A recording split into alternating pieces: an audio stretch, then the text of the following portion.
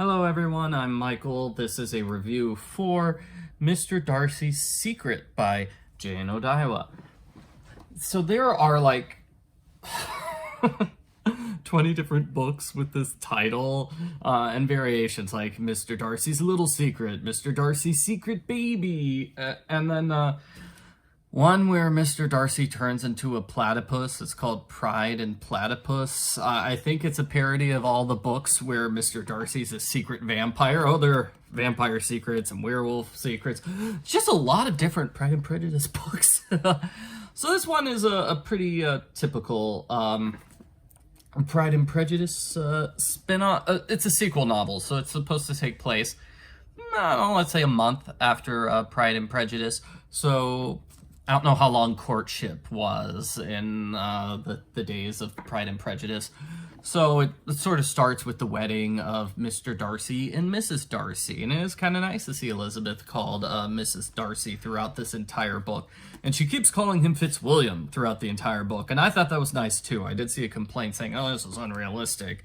But, you know, she moves in. There are like 3 basic storylines, and one of them doesn't really get talked about, which is just the standard storyline of Elizabeth just got married and she has to adjust to her new life at Pemberley. Like, she now has a lot of stuff to do. She's now in charge of picking out all the meals, and that seems like a silly thing to say. Oh, wow, so much responsibility. She should try cooking the meals if she wants actual responsibility. But, you know, has to meet all the new neighbors and provide for them over Christmas. And she has all her family members come. And, you know, she's got Lady Catherine, who is a family member who's trying to, like, disown Darcy. And Elizabeth's trying to make amends with her, even though she really doesn't like Lady Catherine. And, of course, her mom is causing drama during Christmas. Her mom is now acting like she's the queen and is the most important person in the world, which is actually kind of funny. Wish there was more of Mr. and Mrs. Bennet in this book. Mr. Bennet, of course, he's always hilarious. Book starts and ends with a chapter of the two of them just talking to each other, and that's nice. That's nice. Just like how Pride and Prejudice starts with the two of them talking, and he's basically just making fun of her the whole time. So it really does feel like one story, and it ties into the title storyline, which is Darcy has a deep, dark secret. She finds like hidden love letters inside the library, and she hears rumors of whispers that he keeps visiting. I think this guy's name is George. Oh, I'm totally gonna mess up his name. Tissinger, something like that. Who is like the son of his nursemaid, his old nursemaid, and you know, and there are rumors going along, and so the rumors that he fell in love with this woman named Viola when he was in his youth and had a secret son. Oh no. And so that's this kid he keeps visiting. It's Darcy's secret son. and like I said, this book is not Mr. Darcy's secret son, but I guess that title's already taken. So, obviously that's not the case. I'm like, oh, come on, this can't be the case. Because I know it's not the case, because whenever Elizabeth, like, discovers a big clue, or, you know, she gets a letter, she got, like, 2 anonymous notes about the subject, something always happened to get her distracted. Something happened so she couldn't ask Darcy about it. And I've read more than enough mysteries to know, you're stringing us along. Well, 2 reasons. Number 1, you're stringing us along until the end to the big reveal, and it worked. I was really interested in seeing how are they going to solve it? How are they going to figure it out to make sure that Mr. Darcy is just as good and noble as ever while still having this deep, dark secret? And then number 2, if Elizabeth had cleared it up at the very beginning, she would have realized, well, there wouldn't be a book. And then, obviously, you know, Mr. Darcy is a good gentleman. I could just tell that's the way the book was going. But they were trying to make him look like he has... I'm just reading the back cover now. Oh, Elizabeth Bennet. She unearths a stash of anonymous, passionate love letters that may be Darcy's. Even that in itself might be Darcy's, because the letters are like from V to D. And, he's not the only person who has a last name starting with the letter D in this book. And then the final third of the book takes place sort of in, final third to like half of the book, actually, surprisingly long, was them in the lakes up north, where there were some interesting characters. There's like a Mr. Dalton, Lord Dalton, who's a famous painter. I couldn't tell if he was real or if he was a character from another Jane Austen novel. He seemed too well developed to not be a character from a Jane Austen novel. And then Lydia and her husband make an appearance there, along with Mrs. Young, who helped Wickham with his initial plot to seduce Georgiana. And that brings me to like the third storyline. Well, third storyline, Elizabeth is pregnant.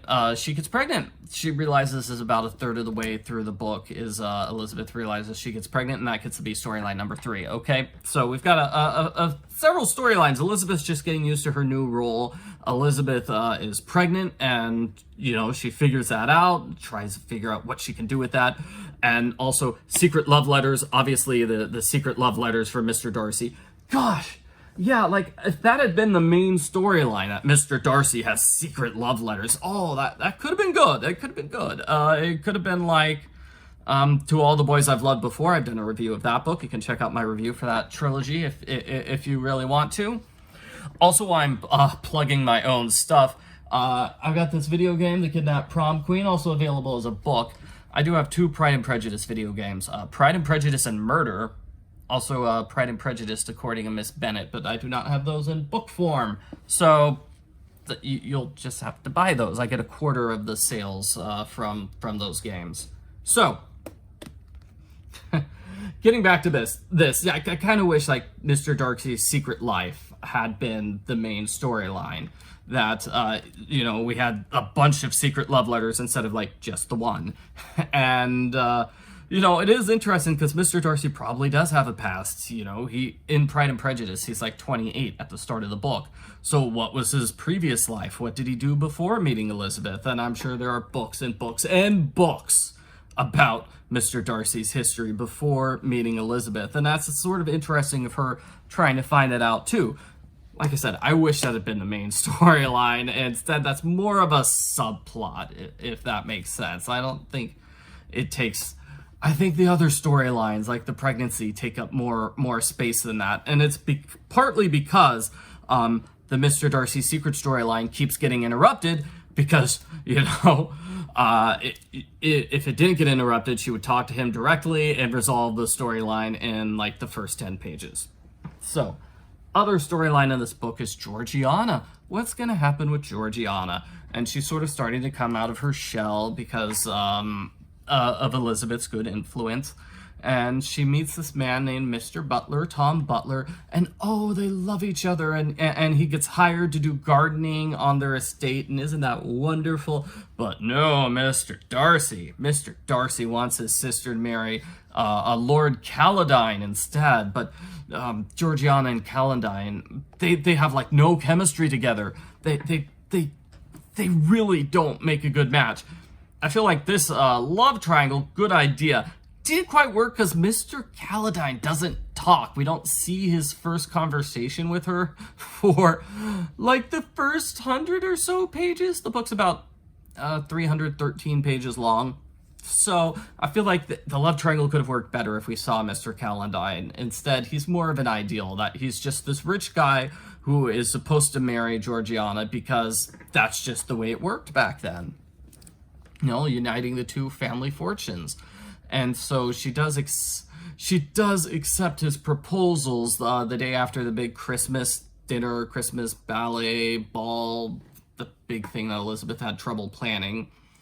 And yeah, the storyline with Mr. Caledine and Georgiana, that was one of the interruptions when Elizabeth found that secret love letter. And yeah, now that I think about it, that is about, I feel like it's probably 100 pages in before that big scene, because that's like the halfway point of the book. So now I'm trying to remember what happens in the first like half or third of the book, and I'm coming up blank. Probably just all the stuff with Tom Butler meeting Georgiana. They have a meet cute, and they both love drawing, and you know, they're very nice. But she has to marry the rich guy, and you know how it's gonna go.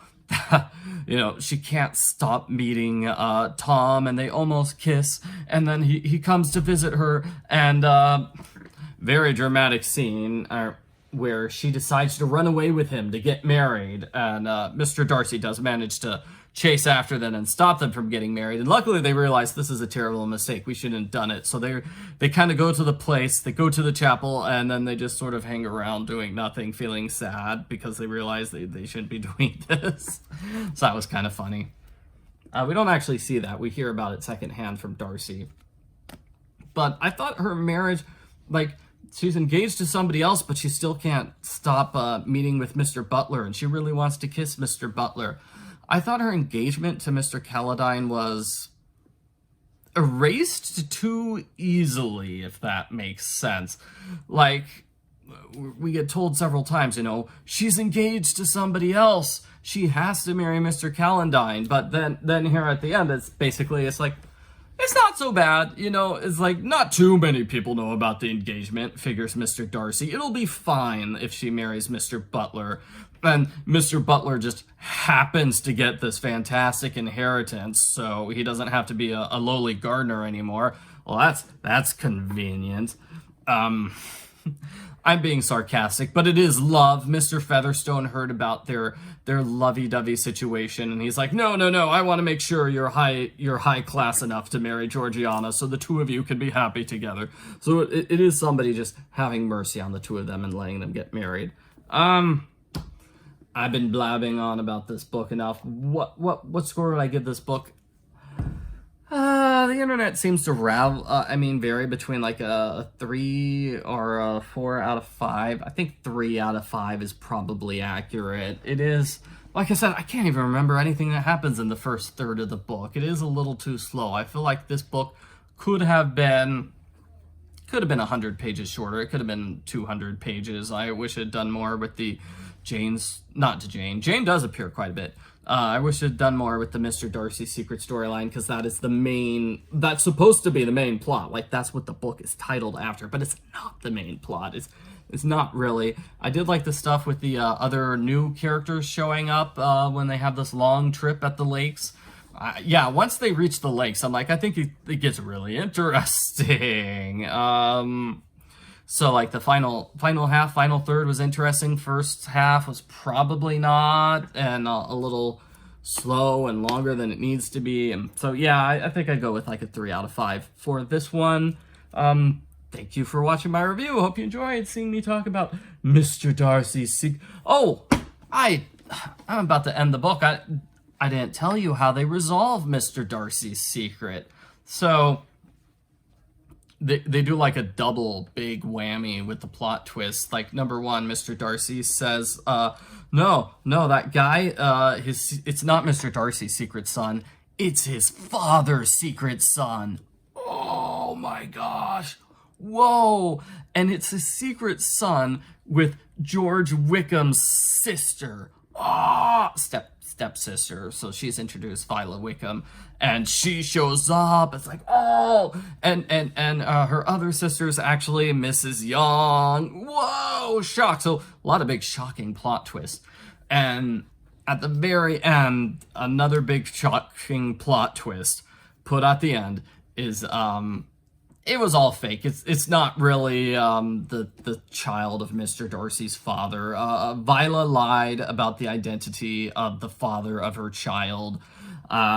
Probably not a big surprise that a Wickham would lie about the identity of her child's father in order to just get like free money from the Darcys for life. It was probably, Mr. Wickham's idea. That's what it's indicated. Mr. Wickham was probably part of this duplicitous plot. And so Mr. Darcy's secret, not actually a secret. He was fooled into thinking his father had a secret loved child. But that was just the Wickhams being evil and extorting the Darcys for more money, like they always do in these Pride and Prejudice novels. So that was kind of exciting. And you can see there's a bunch of little plot twists there that I pointed out, which I'm like, that's why the second half of the book was the more interesting half of the book.